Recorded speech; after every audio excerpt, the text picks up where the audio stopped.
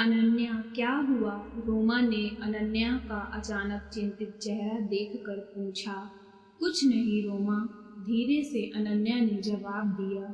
अनन्या व उसकी सहेलियां रोमा की जन्मदिन की पार्टी में होटल में आई थी।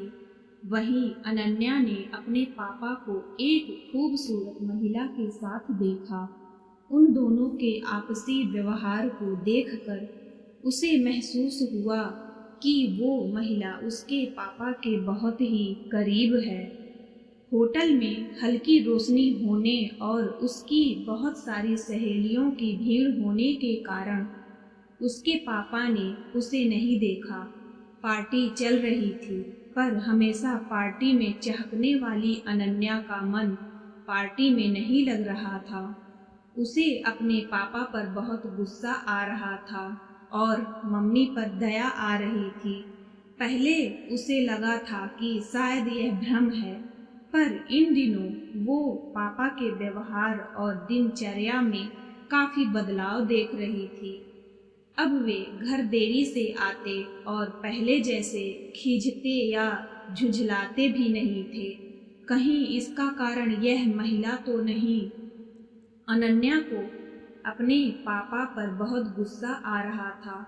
उसने मन ही मन ठान लिया कि अब वो पापा से बात नहीं करेगी, लेकिन साथ ही उसे इस बात का भी डर लग रहा था कि मम्मी को पता चलेगा तो मम्मी की हालत कैसी हो जाएगी। मम्मी पापा में दूरियां बढ़ जाएंगी। कहीं पापा ने उस स्त्री के साथ शादी कर ली तो उन्हें छोड़ ही देंगे। वे लोगों के सामने बेचारे बन जाएंगे। सोचते सोचते उसे चक्कर सा आने लगा। पार्टी के खत्म होते ही वह सीधे घर गई और कमरे में जाकर सो गई। मम्मी ने 2-3 बार पूछा कि क्या हुआ, पर वह मम्मी को यह सब कैसे बताती। शाम को पापा के आने की आवाज आई। रीमा, चाय बना दो, मैं थक गया हूँ, आज ऑफिस में बहुत काम था। पापा का सफेद झूठ सुनकर उसे इतना गुस्सा आया कि वह सीधे बैठक में जाकर मम्मी को असलियत बता दे, पर कहीं कुछ उल्टा हो गया तो मम्मी पापा के बीच जोरदार झगड़ा हो गया और बात बिगड़ गई तो पूरी रात वह सो नहीं पाई। दूसरे दिन पापा के ऑफिस जाने के बाद ही वह कमरे से बाहर आई। रोज की तरह मम्मी फोन पर मशगूल थी।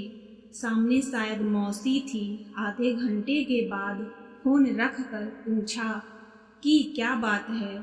उसने सिर दर्द का बहाना बना दिया। मन में चल रही विचारों की आंधी से राहत पाने के लिए उसने टीवी ऑन कर दिया। टीवी सीरियल में वही पति पत्नी का झगड़ा आ रहा था।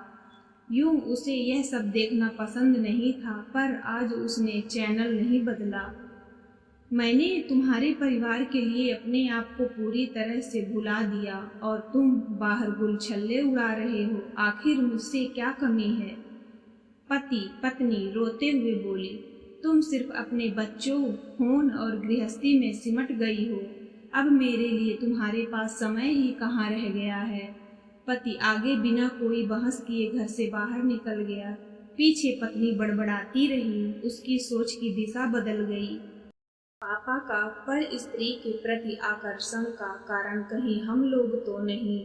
पापा तो हमसे बहुत प्यार करते हैं, हमारी छोटी छोटी बातों का कितना ख्याल रखते हैं। समाज में पापा का मान सम्मान है, फिर पापा ऐसा क्यों कर रहे हैं?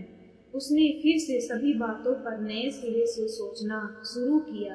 इतनी बड़ी हो जाने और कॉलेज जाने लगी है, इसके बावजूद वो आज भी मम्मी के साथ सोती है। इस उम्र में भी खुद को छोटी बच्ची समझती है और छोटी छोटी जरूरतों के लिए भी, चाहे नहाने के कपड़े हो या फिर नूडल्स ही क्यों ना खाना हो, मम्मी पर ही निर्भर रहती है।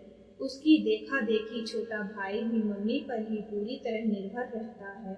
वह भूल गई कि मम्मी पापा पति पत्नी भी हैं। उन दोनों को भी साथ में समय बिताना चाहिए।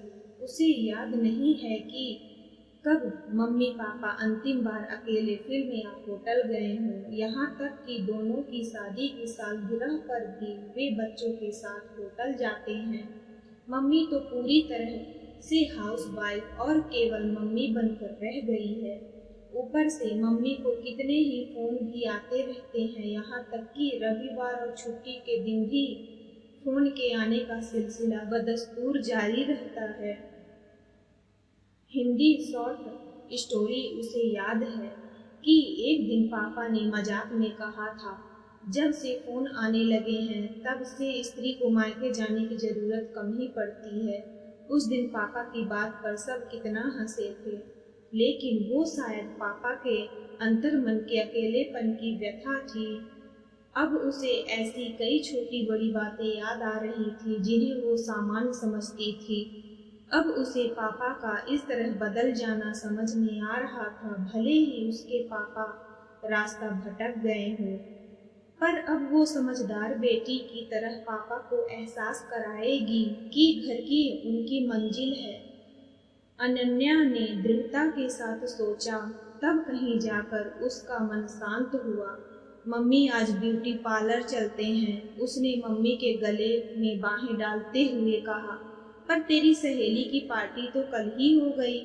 मम्मी ने उसे लाड से समझाते हुए कहा, अरे मेरे लिए नहीं, आपके लिए चलते हैं। आप कितने महीनों से ब्यूटी पार्लर नहीं गई? आपकी आईब्रो तो पापा के मूंछों जैसी चौड़ी हो गई हैं। उसने आईब्रो पर हाथ रखकर नाटकीयता से कहा। तो मम्मी जोर से हंसते हुए हाँ बोली। अरे हाँ, आज नाश्ते में क्या खाओगी? मम्मी रसोई में जाते हुए बोली। मम्मी मैं बड़ी हो गई हूँ, आज नाश्ता मैं बनाऊंगी, आप मुझे बस खिला दीजिए, गैस चालू करते हुए अनन्या बोली। यह सुनकर उसकी माँ आश्चर्य से देखती रह गई कि उसने आज तक खुद रसोई में जाकर पानी तक नहीं पिया और आज खाना बनाने की बात कर रही है। तू पढ़ाई कर, मैं खाना बनाती हूँ। नहीं मम्मी, आप ये सब अकेले करते करते कितना थक जाती हो, उसने मम्मी की तरफ प्यार भरी नजर से देखते हुए कहा। छोटे छोटे काम अब वो खुद करने लगी ताकि मम्मी को समय व आराम मिल सके। कितनी बार उसने मम्मी को रात को सोते समय कहते सुना था कि आज तो पूरे दिन काम करते करते कमर टूट सी गई है। रात को पापा आए। पापा आज आप मेरे हाथ की गर्मा गर्म चाय पीजिए, पर हाँ कोई कमी मत निकालना, उसने नाटकीयता से कहा। अरे मेरी बेटी बड़ी हो गई, पापा ने चाय हाथ में लेते हुए कहा। उसे लगा जैसे पापा मुंह से बड़ा शब्द कहते कहते ग्लानि महसूस कर रहे थे। रात को सोते समय उसने मम्मी से कहा, मम्मी आज मुझे कॉलेज का प्रोजेक्ट करना है, काफ़ी देर हो जाएगी, मैं छोटू के रूम में पढ़ती हूँ। उसने सारी किताबें भाई के रूम में ले जाते हुए कहा। रात को वह वहीं सो गई। रविवार था, सब बैठे थे। अचानक फोन की घंटी बजी। अनन्या ने लपक कर फोन उठाया। अरे मौसी कैसी हैं? मम्मी अभी रसोई में व्यस्त है। कोई खास काम था क्या? उसने बहाना बनाते हुए फोन रख दिया। मम्मी ने उसे गुस्से से घूरा, पर पापा हल्के से मुस्कुरा दिए। एक दिन मम्मी का जन्मदिन था। पापा ने शाम को होटल में डिनर का कार्यक्रम रखा। तय हुआ शाम को घर पर केक काट कर रात को होटल चलेंगे। केक काटने के बाद शाम को जाने का समय हो रहा था। पापा सबको जल्दी तैयार होने के लिए कह रहे थे। मम्मी मेरे पेट में तेज दर्द हो रहा है, सुबह कैंटीन में खाने के कारण शायद ऐसा हुआ। अनन्या ने कराहते हुए कहा। चलो बेटा डॉक्टर को बताते हैं, पापा ने चिंतित होकर कहा। नहीं पापा, पेन किलर ले लेती हूँ, आप और मम्मी डिनर पर चले जाओ, छोटू है ना मेरा ध्यान रखने के लिए, उसने दर्द का नाटक करते हुए कहा। मम्मी पापा उसे छोड़कर जाने को तैयार नहीं हो रहे थे, पर उसने अपनी कसम देकर दोनों को भेजा। वे अनमने से गए। होटल पहुंचकर फोन किया, बेटा तबीयत कैसी है? जवाब में अनन्या छोटू जोर जोर से हंसने लगे। वे समझ गए बच्चों ने उन्हें अकेले भेजने के लिए यह नाटक किया। धीरे धीरे दोनों आपस में घुल गए। दोनों वर्षों बाद अकेले होटल गए थे।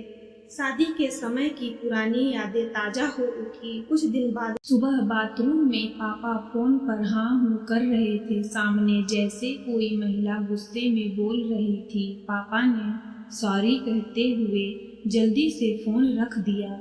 जब पापा बाथरूम से बाहर आए तो अनन्या ने भावुक स्वर में कहा, थैंक यू पापा। पापा ने अनन्या को प्यार से गले लगाते हुए कहा, मेरी समझदार बेटी।